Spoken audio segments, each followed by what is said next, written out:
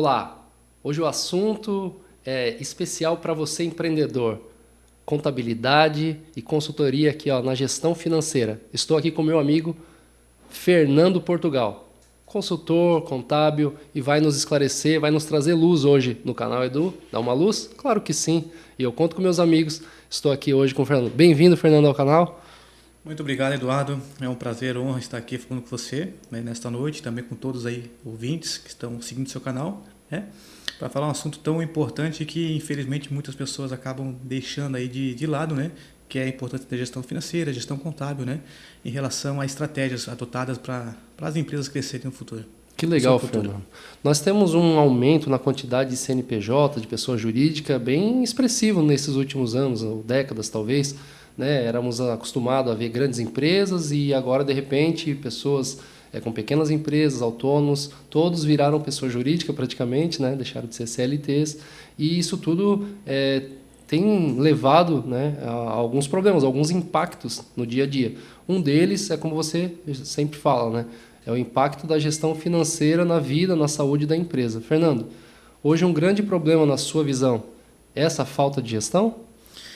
Eu vejo assim que com essa mudança que houve na realidade, né, nos últimos dias, né, últimos tempos, em relação ao CNPJ, muitas empresas nascendo, que infelizmente as pessoas, né, os empreendedores, novos empreendedores, eles acham que simplesmente você abrir um CNPJ, você já é uma pessoa jurídica, você já é um empreendedor. E acaba esquecendo que a pessoa física é uma pessoa e a pessoa jurídica é outra pessoa. Então há uma separação distinta entre pessoas.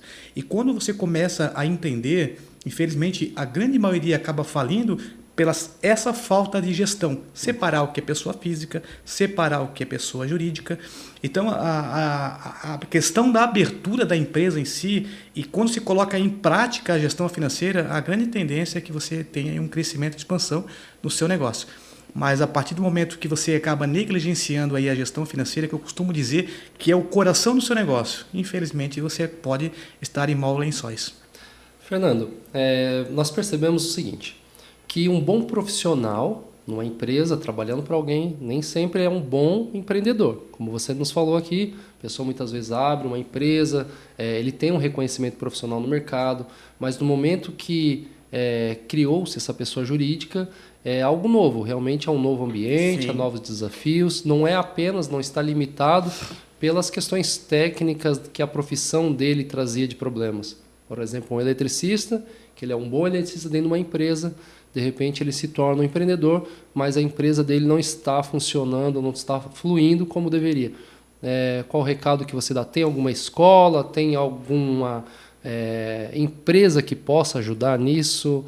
Quem é que pode trazer esse suporte para o empreendedor? Afinal de contas, todos têm direito a um lugarzinho debaixo do sol. Sim, mas como ajudar esses novos empreendedores, como ajudar esse pessoal a se consolidar realmente como uma empresa, né, que tem aí uma saúde, uma vida longa?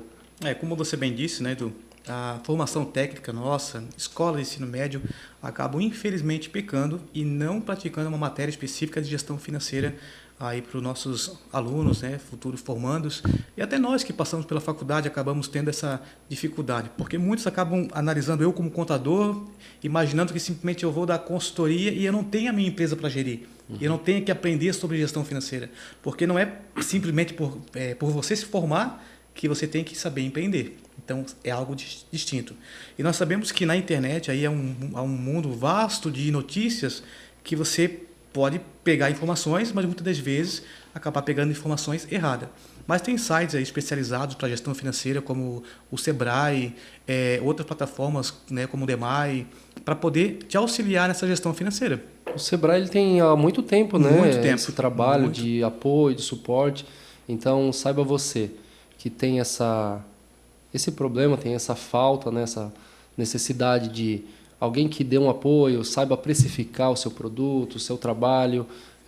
Não hesite, né? Procure uma instituição como essa, porque com certeza vai evitar problemas e vai ser um investimento que vai ter um bom retorno. Isso que eu penso, né? O Fernando está nos acompanhando já há algum tempo, ele é o nosso contador oficial da empresa e ele, com muito profissionalismo, tem sempre puxado a orelha naquilo que é necessário. E isso, é para isso mesmo que a gente conta com esses especialistas, né? Para pessoas que saibam para orientar, porque afinal de contas o plano é a longo prazo. Com certeza.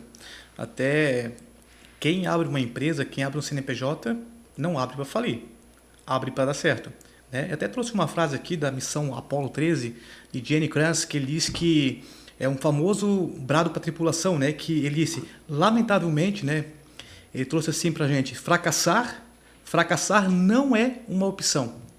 Só que para o empreendedor, infelizmente, isso não é verídico. Infelizmente, hoje em nosso país, né, cerca de 470 mil novas empresas abrem, só que 43% apenas conseguem completar 3 anos de vida. Para você ver a questão da importância da gestão financeira numa empresa. São quase 500 mil de empresas todo ano sendo abertas. E aproximadamente aí 200 mil, 300 mil, talvez a metade quase. Exatamente. Fechando as portas no primeiro, segundo, terceiro ano de funcionamento. Isso realmente é um dado que impressiona. A gente sabe que, além da questão de gestão financeira, existe o profissionalismo, existem os problemas que nós negligenciamos, mas se tem algo realmente que ele é comum para toda empresa, seja uma pequena empresa como uma grande empresa, é a finança. Vai variar o produto que a pessoa está lidando, né? Pode ser um dentista, pode ser um médico, ou pode ser um carpinteiro, um pedreiro, todos eles precisam de uma gestão. Com certeza. Nós tivemos aí nos episódios atrás o gestor também falando aqui a respeito do reinvestimento, que às vezes a pessoa simplesmente esquece de reinvestir em ferramenta, em educação, reinvestir esse valor, porque afinal de contas o dinheiro entra, mas ele vai ter que sair, vai ter que ir para algum lugar. O que acontece? A pessoa acaba misturando, não é assim? Ele mistura, né, o pessoal com o jurídico e não reinveste, o que acaba sempre deixando a empresa, né, numa forma assim muito comprimida ali, muito sufocada. Essa um termo. Leva muito para a pessoalidade na realidade, né? Porque quando uma pessoa ela abre uma empresa, automaticamente ela tem um foco específico para trabalhar. Então, muitas vezes, ela começa a focar na venda, focar no marketing, porque isso é muito importante para o crescimento de qualquer empresa, você ter volume de faturamento. Mas a partir do momento que você começa a misturar contas pessoais com conta da pessoa jurídica, você, infelizmente, acaba cometendo um erro gravíssimo aí na gestão financeira, pois os teus dados eles não são dados plausíveis para você tomar uma decisão. Porque na contabilidade, quando a gente tem um balancete contábil, um balanço contábil, uma DRE, quando é realizado com 100% de assertividade, você tem uma informação maravilhosa para tomar uma decisão cabível naquilo que você vai fazer. Então, como você falou, automaticamente, quando você não realiza uma boa gestão, você não é organizado na sua gestão financeira, porque gestão financeira dá trabalho para fazer. Eu costumo dizer que é um grande quebra-cabeça. E para montar um quebra-cabeça não é fácil. Então, quando você começa a fazer a gestão financeira, colocar todos os pingos nos i, automaticamente tu tem forma clara, relatórios claros, para tomar uma decisão e automaticamente, infelizmente, né, o que você falou agora, muitos acabam esquecendo da reserva de emergência, né, reserva para capital de giro, e isso é muito importante para a empresa. Muitas vezes a pessoa pega no papel uma conta de padaria, coloca tudo que recebeu, tudo que pagou, que sobrou é meu, coloca no bolso. E nem separa se é conta pessoa jurídica, conta pessoa física, sobrou, coloca no bolso, é lucro. Mas quando chega o próximo mês e você não tem receita suficiente, como é que vai ficar os seus gastos pessoais, as suas contas fixas, né, que você fez para o pagamento? Então, por isso é importante você fazer aí uma separação. Por exemplo, Prolabore. O que é o Prolabore? O Prolabore ele é o salário do sócio da empresa. Então, todo empresário tem que definir o Prolabore. Só que o Prolabore, o único problema é que nós temos que pagar o INSS de 11%, que é a nossa aposentadoria, que muitos, infelizmente, acabam esquecendo isso de forma, né, colocando o imposto. Não é um imposto, porque a gente não acaba nunca contando com o inevitável. Um acidente, né, alguma doença que a gente precisa, então a gente tem que ter um Prolabore para fazer a contribuição de INSS e também ter aquele salário mensal. Então, quando você determina um Prolabore na sua empresa, automaticamente a diferença que você quer recolher, por exemplo, eu tenho uma empresa que fatura R$50 mil por mês, tem um lucro de 30%, e automaticamente eu coloco ali um Prolabore de 3 e 7 mil de distribuição de lucro antecipada. Eu coloquei um parâmetro para me receber todo mês. Então, automaticamente eu vou ter aquele 10 mil separado como Prolabore e como antecipação, e automaticamente vou pagar minhas contas, e o que sobrar de reserva eu coloco no banco numa aplicação financeira, e quando chegar o próximo mês a elevação do faturamento teve ou reduziu, você vai contar com aquele valor, aquele capital que você deixou. Então, por isso é muito bom, né? Muito importante você fazer essa separação do que é o teu prolabore, do que é o teu salário e não misturar esses gastos pessoa física com jurídica. Porque muitas vezes aconteceu um tempo antes de ser contador, né?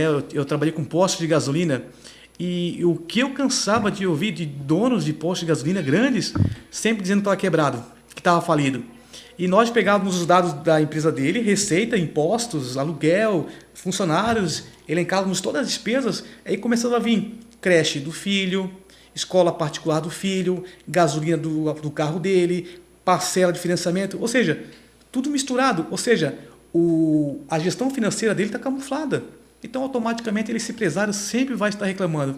Infelizmente, é triste. Sim, mas é uma realidade, de né? E como você falou, que desde grandes até pequenos passam pelo mesmo problema. Realmente a gente entende que é uma falta de educação, que as escolas não ensinam. Na verdade, elas ensinam muitos, né, a serem um bom profissional, até por conta da competitividade nesse setor, que antigamente a competitividade ela funcionava em função de quê? De ser o melhor funcionário, em ser o melhor profissional da sua área. Hoje, como nós estamos vendo essa mudança toda, que deixou de ser apenas um profissional dentro do setor, dentro de um departamento que mal ele conhecia qual era o departamento vizinho, agora ele faz parte, ele é o dono de tudo isso. É natural que haja esse desafio, mas é natural também, eu acho que cabe a nós todo dia estar melhorando. Com certeza. Não só pequenos, como também grandes, afinal de contas, né? A saúde num país vem do pequeno ao grande. Quantos por cento mais ou menos são de pequenas empresas no Brasil? É a grande maioria. É a grande maioria, não é? Em torno de 80% são empresas pequenas. Olha só, isso aí é a grande maioria. PIB nacional, dependendo totalmente dos pequenos empresários, pequenas empresas, e esses aí com essa falta de conhecimento, exatamente, vai surgir um mercado grande para esse consultor financeiro, consultor contábil, né, Fernando? Com certeza.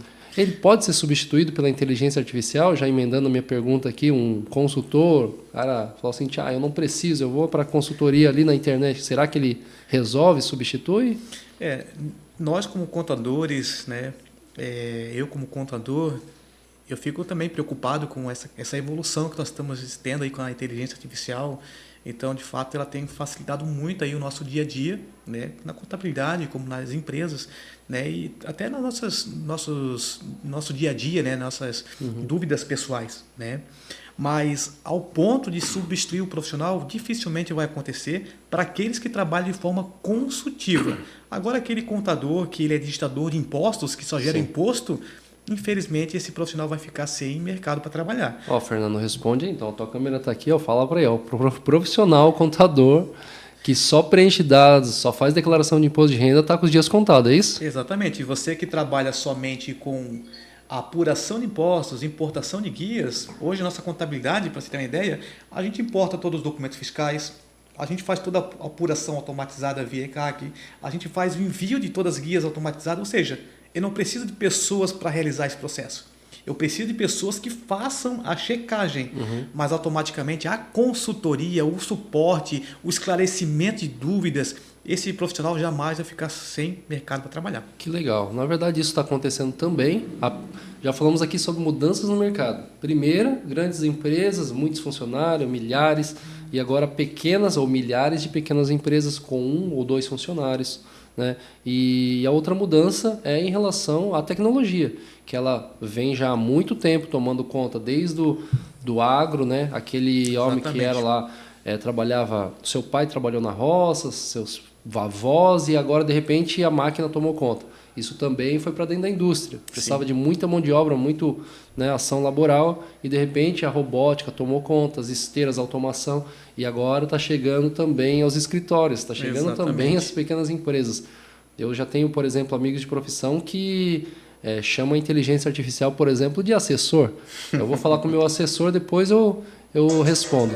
Ou seja, existe sim uma mudança acontecendo no nosso, assim, contemporâneo aqui ao vivo e a cores, né? Como está tocando aqui, acontece também ao vivo. Nós estamos sendo vivenciando, não é, Fernando? Vivenciando uma metamorfose aí na vida das empresas. Essa questão do gerenciamento contábil, financeiro, pode ser substituído pelo software? Talvez naquilo que é mais básico, imputação de dados, análise simples, mas naquilo que realmente precisa de alguém que entende. O que aquele número ele vai mostrar para a minha empresa? O que esse resultado ele tá querendo me dizer? Talvez o software vai demorar um pouco para dizer isso, mas um consultor ele pode responder, não é? Exatamente. Uma inteligência, na realidade, vai pegar os dados e vai trazer para você resultados sintéticos para você. Agora, quando você fala com um contador consultor, ele vai ter os seus dados e ele vai saber o estágio que a sua empresa está. É totalmente diferente. A inteligência artificial, ela não sabe em que estágio que você está, o que você investiu e quanto tempo de empresa. Então, tem muitos aspectos, muitas variáveis que ele não vai conseguir. Então, ele vai trabalhar de forma genérica, com informações genéricas para você. Sim. Então, automaticamente, o contador, como mente pensante naquela situação, entende o teu lado em relação ao empreendimento, a ser empresário, e também entende aí toda a parte tributária, toda a parte de gestão financeira, para trazer realmente para você soluções muito mais eficientes. E, claro, você está frente a frente com a pessoa te auxiliando. É totalmente diferente. Então, até eu tenho um cliente fisioterapeuta que ele recebeu um paciente e o paciente ele veio já com o diagnóstico pronto do problema que ele tinha. E ele achou tão inusitada aquela situação que ele chegou a criar um post na internet acerca daquilo. Então, para você ver como as pessoas elas estão hoje levando a inteligência como algo totalmente... algo verídico para ela. Infelizmente não é bem assim. Então você tem que realmente utilizá-la, mas também saber ponderar e medir aquilo que você está recebendo de informação. Com certeza. Eu vejo que é um período, né, de teste que está acontecendo e daquilo que realmente assim for para frente de fato vai funcionar e vai rodar. Aquilo que não deu certo, ou eles mudam, enfim. Com certeza. Fernando, o bom de você nos passar essa visão, passar a visão para quem está nos assistindo, é que você é contador e, além de contador, você é administrador, certo? Sim. Então, é uma visão de que sabe como fazer a contabilidade, mas o porquê disso. Que muitas vezes a gente não não me leva a mal, mas a gente não é bem assessorado nesse sentido. Por quê? Porque não tem alguém do outro lado que entende também o dia a dia do empreendedor. Ele simplesmente fala, tem que fazer assim, como por exemplo a dieta. Você vai fazer essa dieta, vai ter que fazer esse nível de exercício e você vai dormir essa quantidade de horas. E a gente sabe que o dia a dia do ser humano é bem diferente. As coisas acontecem, você calcula ali um faturamento e de repente o faturamento dobra e você já está argolado com tanto imposto, com tanta situação que fala o seguinte, agora é a hora de eu respirar. São seres humanos tomando, né, decisões todos os dias, aplicando fé, aplicando esperança, de repente também não estando no melhor momento, deixando cair, né, as metas, esquecendo a organização. Você, como administrador e como contador, sabe dos dois lados da moeda. Por isso que você pode nos ajudar, está nos ajudando aqui. Exatamente. Eu lhe pergunto assim, uma grande empresa, uma média empresa, uma pequena empresa, natural ter uma assessoria, ter uma contabilidade. Mas e o autônomo? E esse que decidiu hoje abrir sua empresa, que ele é o único funcionário, ele precisa de uma contabilidade também perante a lei? Ou ele não precisa? Ou ele pode ver um contador uma vez no ano ou uma vez a cada 10 anos? Responde aí essa pergunta, Fernando. O primeiro ponto, né, quando você abre a sua empresa, automaticamente você vai ter um faturamento não tão elevado. Então, o primeiro estágio é o microempreendedor individual, né, com faturamento até R$80 mil por ano. E aí essa tributação, esse regime tributário, não é obrigatório ter um contador. Você consegue de forma tranquila ir até o Google, tomar alguns certos cuidados e pesquisar em ferramentas que te auxiliam nessa gestão. Tá? Mas em questão a gestão financeira, eu acho importante você ter algum suporte, alguma assessoria para te dar um acompanhamento, porque a tendência é que o MEI ele é apenas um ponto de largada. Só que, infelizmente, muitos acabam querendo parar naquele ponto de largada, não querem crescer, porque querem pagar aquela única guia das mensal. Infelizmente é triste. E quando chega até certo nível, começa a abrir um MEI no nome da mãe, da filha. E isso, lá na frente, se você pegar todo o conjunto de informações de faturamento e despesa, muitas vezes mais vale mudar, sair do MEI para ser um simples nacional, né, do que ficar no MEI daquela forma totalmente ilegal. Entendi. Tá? Então, não é obrigatório um MEI ter contador, mas quando você muda aí para uma empresa simples nacional, lucro presumido ou lucro real, sim, aí é obrigatório ter contabilidade, porque você deve sim registrar os livros contábeis na junta comercial e aí tem que ter um contador, um técnico para essa função. Em resumo, a pessoa para abrir uma empresa hoje procura um contador, faz uma abertura, Exatamente. mesmo que sendo um empreendedor individual. Passando a ser ali o primeiro ano, segundo ano, de repente já está faturando ou tem essa prospecção de faturamento aumentado, então procurar um contador para ter uma assessoria mensal. Exatamente. É assim? Exatamente. Elevou o faturamento, passou o limite do MEI, procura o contador para auxílio e aí nós realizamos todo o processo de transformação daquele MEI para uma microempresa, uma empresa de pequeno porte que está dentro do Simples Nacional e aí a gente faz todo o acompanhamento em relação à parte tributária e também dá o processo no acompanhamento em relação à gestão financeira. Por que eu falo para você tanto em gestão financeira com contábil? É porque a nossa contabilidade a gente não está preocupado somente em apurar impostos. Sim. A gente colocou agora no ar, faz recentemente um mês, um sistema de gestão totalmente gratuito para os nossos clientes. Olha que Totalmente legal. gratuito, para que ele controle as suas entradas, suas saídas, os seus recebíveis, sua inadimplência, ele controle as suas metas de faturamento dentro do mês, se ele alcançou a meta. Então, vários pontos muito importantes em relação à conciliação bancária, porque de fato nós nos preocupamos com a gestão financeira dos nossos clientes. Entendi. E essa conciliação bancária ela já ocorre. Aqui a grande maioria, né, na nossa região utiliza-se cooperativas de crédito. Existe essa conciliação? Ela é compatível? É tranquilo? Infelizmente não. Ainda não? Infelizmente não. É. Porque quando você não faz conciliação bancária, você comete aí alguns erros. E muitas vezes, se você tem uma empresa com funcionários na gestão financeira, você tem sérios riscos, né, de ser aí roubado. Tá? Vou dar um exemplo aqui prático para a gente poder entender o nosso dia a dia. Vamos colocar que você lança lá um boleto, o teu funcionário gera um boleto frio e simplesmente você lança no sistema, faz o pagamento, o funcionário recebe o valor, na sua conta, banco, saiu o valor, você não tem como acompanhar aquele valor se saiu ou não, porque você não faz conciliação. O que é conciliação? Registrar as entradas e saídas conforme o extrato bancário. Se você faz conciliação bancária, você iria registrar aquela saída, pegar aquele documento fiscal e ver do que é realmente aquela despesa. Aí, como você não acompanha o extrato bancário, infelizmente você acaba sendo roubado. Eu falo isso com propriedade porque não é um nem dois clientes que aconteceu isso, gerentes que roubaram, mas os donos acabaram pecando pela falta de conciliação bancária, que hoje em dia está sendo bem prático para ser realizado esse processo. Por exemplo, o banco, né, o Internet Bank, gera o arquivo em PDF e também gera o arquivo em formato .fx.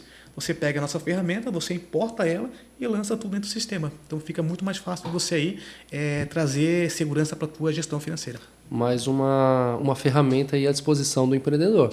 Conciliação financeira através, né, de um software, de uma plataforma. Exatamente. Que ele entrega de uma forma gratuita, como você me falou. Fernando, mais a última questionamento aqui é sobre essa previsão, né, de reforma tributária ou previsão que isso vai mudar. Você já consegue imaginar o impacto disso? O que vai mudar no nosso dia a dia? Falando de pequenas empresas, nosso grande público, maioria que tem alguma empresa ou que trabalha numa pequena empresa, quais os impactos dessa reforma tributária aí que nós estamos aguardando para 2026?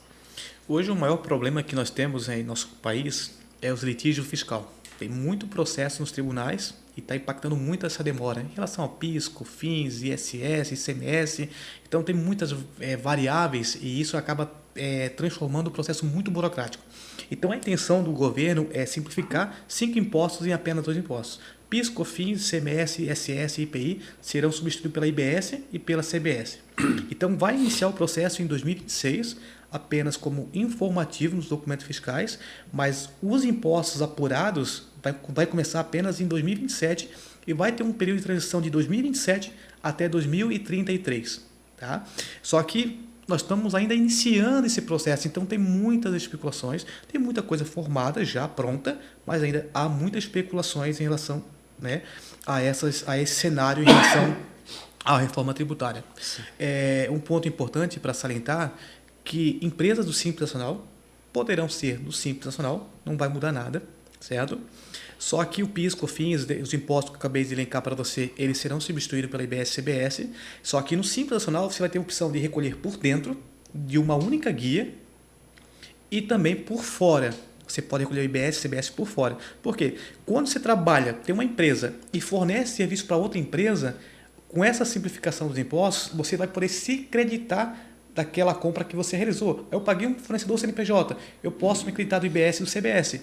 E, então, dependendo da forma que você tem a sua empresa, muitas vezes vale a pena você recolher por fora para dar benefício para o teu fornecedor. Porque pode ser que lá na frente, uma empresa de lucro presumido ou lucro real, eles não queiram comprar de você, porque você é pelo Simples Nacional, recolhe por dentro e automaticamente aí você não beneficia ele em relação à sua compra. Então, a ideia da reforma é simplificar o processo, acabar com esses litígios que existem hoje nos tribunais e automaticamente trazer praticidade para o dia a dia. Tá? Essa briga que você fala é em relação a quem deveria pagar, é isso? Exatamente, quem deveria pagar entre estados, em quem deveria recolher, a questão do PIS e COFINS, produtos monofásicos, base de cálculo ICMS, é bastante decisões aí que estão judiciais que acabam travando muito o processo. Muitas vezes você trabalha de uma forma, faz um recolhimento com base numa jurisprudência e muitas vezes lá na frente, por uma decisão do tribunal, você está fazendo de forma errada. Então a tendência é que isso acabe, né, esse processo. Tá? Sim, mas em resumo, vai aumentar o imposto? Sim, a carga tributária, infelizmente, a parte de comércio meio que vai ficar igualada, mas a parte de serviço, a nossa atividade, a minha e a sua, infelizmente vai ser impactada em relação à reforma tributária. Que beleza, né? Fomos premiados.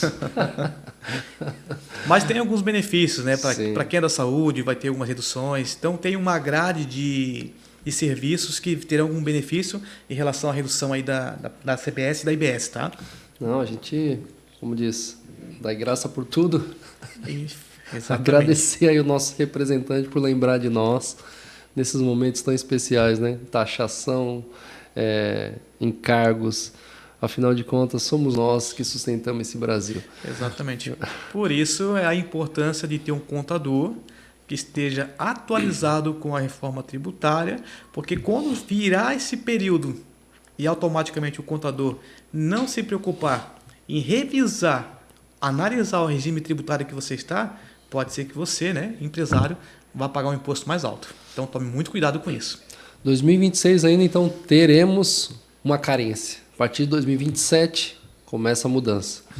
O impacto disso, na minha visão, né? Edu, dá uma luz. Nós temos aí, normalmente, contratos anuais que, em algum momento, né, a precificação vai ter que considerar esse aumento. E aí vai toda essa cadeia, né, que a gente já sabe, um encargo a mais, um preço que muda, quem está pagando também vai fazer isso e vai todo mundo, mais uma vez, pagar o preço do tributo. Quando se fala em aumento, né, de encargo, de tributo, de IOF, não importa se é só na gasolina, não importa se é só no grande, todos vão pagar a conta, de um jeito ou de outro. Quem está pagando vai cobrar isso e aquele que está pagando, o primeiro, também vai cobrar isso, ou seja, tudo vai ser diluído para todos. É claro que alguns impactam mais, outros em menos, mas saiba, né, que todos pagam a conta. Fernando, exatamente, desde o pequeno ao grande, em resumo, né, da nossa ópera aqui, precisa de uma assessoria, uma gestão, seja através de alguém dentro da sua empresa ou seja de uma empresa fora. Digamos que hoje a pessoa compreenda essa história e fala: eu vi que eu não sei nada, preciso contratar uma empresa que faça. Na sua opinião, qual o requisito básico que uma empresa teria que apresentar para que a pessoa saiba? É uma empresa que sabe o que está fazendo, porque, afinal de contas, se você não vai cuidar, alguém tem que cuidar para você. E nessa história de contratação de uma empresa que vai mexer com o coração, como você falou, tem que ser uma empresa realmente séria, honesta. Além disso, o que precisa saber para que não venha causar uma explosão ainda maior, né, nesse desafio que é gerenciar a parte financeira da empresa? A nossa empresa, né, como eu falei para você, a gente tem um sistema de gestão financeira que automaticamente o cliente tem que colocar as informações, imputar dados e o sistema vai trazer relatórios para essa pessoa tomar decisão. Só que muitas vezes eu estou tão preocupado com o meu core business, claro, com o centro do meu negócio, que automaticamente eu preciso vender, eu preciso atender e não tenho tempo para isso. Só que na nossa contabilidade, além de nós termos um sistema, nós temos um setor específico que a gente chama de terceirização financeira, que a gente faz todo esse levantamento para o cliente. Claro que existe uma ponta, né? O cliente é uma ponta, que toda transação bancária que ele realiza, toda aquisição que ele realiza através de compras, ele tem que passar a parte documental para a gente vai fazer os registros dentro do sistema e vai trazer relatórios, né, plausíveis para ele tomar decisão em relação ao seu negócio. Então, a nossa empresa faz isso, pois nós não estamos focados somente na parte tributária, como também aí na parte da gestão financeira. E fora o custo que a pessoa teria, né, em contratar um funcionário. A gente sabe que contratar um funcionário no nosso país não é fácil. Então, as pessoas simplesmente pegam, esse salário aqui é R$ 2.500, é isso que eu vou pagar por mês, tá tranquilo? E não é bem assim. Você tem que colocar esses 2.500, depende do seu regime tributário, e colocar em torno de 30% a 50% a mais sobre esse funcionário. E muitas das vezes, você terceirizar é muito mais vantajoso para você, porque tem um profissional aí com experiência, com expertise, né, em relação a esse segmento para trazer dados mais qualificados para o cliente. O princípio da terceirização ele é muito funcional, né? Exatamente. Não é aqui que nasceu, mas a gente sabe que no mundo inteiro existe a terceirização. É claro que naquilo que é fundamental, aquilo que é crucial numa empresa, o ideal é que esteja pessoas de confiança, que você possa cobrar, possa auditar. Mas conhecendo uma empresa, como eu posso recomendar, LLP, ele sim tem essa confiança, né, que eu posso passar para você aqui. E você me fala assim que geralmente, né, o profissional ele vai lidar com o trabalho, com a mão de obra, ele vai depender da sua ação laboral. Por exemplo, um dentista. Quanto mais ele atender, mais vai faturar. Exatamente. E nessa ilusão de trabalhar mais, ganhar mais, pode ser que caia em alguns problemas. Isso é uma realidade ou é um mito, Fernando? Quanto mais trabalha, mais ganha dinheiro? Ou às vezes isso não segue esse linear aí? Geralmente a pessoa trabalha muito, esquece de alguma parte como essa. Um ponto importante, né? A gente sabe que faturamento é muito importante para a empresa, mas muitas vezes eu digo que o faturamento muitas vezes é vaidade, né? Eu faturo bem, atendo meus clientes, né, de forma eficaz, mas eu acabo não tendo esse controle com o coração do negócio, que é a gestão financeira. Então, automaticamente, se o teu faturamento ele eleva, automaticamente o teu custo fixo eleva, o teu custo variável eleva, o teu imposto ele vai aumentar. Então, conforme o faturamento aumenta, os teus custos são proporcionais. É aí que entra, né, o grande segredo, controlar o seu fluxo de caixa. Uhum. Então, faturamento e fluxo de caixa eles têm que andar em conjunto. Então, se você tem um fluxo de caixa desamparado, conforme a realidade do teu financeiro, automaticamente você pode estar pagando juros para o teu fornecedor, através de multas, né? Você pode ter que solicitar aí um empréstimo para poder colocar um capital de giro para conseguir demandar esse faturamento, ou muitas vezes ficar no cheque especial, entre tantas outras formas que você consegue, né, fazer essa situação. Por exemplo, você está com o teu caixa apertado, o que você vai fazer? Você vai lá fazer antecipação de cartão de crédito, antecipação de boleto. Então, a margem de lucro que você fez ali, a precificação, você faz toda a precificação, custo fixo, variável, imposto, faz o seu markup, né, para conseguir descobrir qual que é o seu preço ideal com a margem de lucro. Aí, quando você coloca o seu markup, 30% de lucro, e quando você vai fazer todo esse processo e vai ver na prática, com essa antecipação, com esses juros, você vai ver que o seu lucro está indo por água abaixo. E muitas vezes é igual você ligar a água e deixar cair dentro do ralo. Infelizmente é a realidade. Muitos acham que estão ganhando, mas pela conta estão perdendo. Acontece. É uma prática, né? Quanto mais está entrando, a pessoa simplesmente acha que está, né, faturando mais, está tudo bem.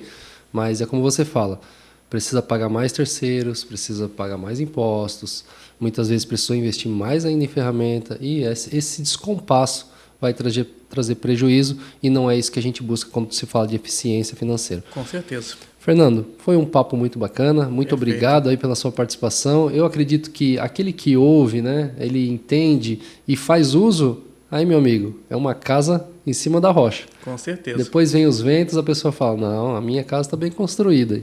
É assim? Com certeza. Automaticamente, quando você consolida e você tem a assertividade em relação à sua gestão financeira, tem uma boa reserva de emergência, você tem um capital de giro, pode vir eventos difíceis, como a pandemia veio e deixou muitos empresários, muitos caíram, mas teve muitos que ficaram aí, né, de pé. Então, automaticamente, se você adotar essas estratégias como nós falamos nessa noite, automaticamente aí tem grandes chances aí de dar certo.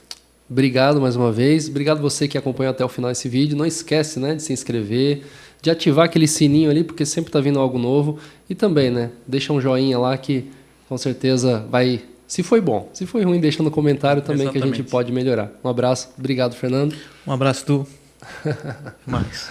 Até.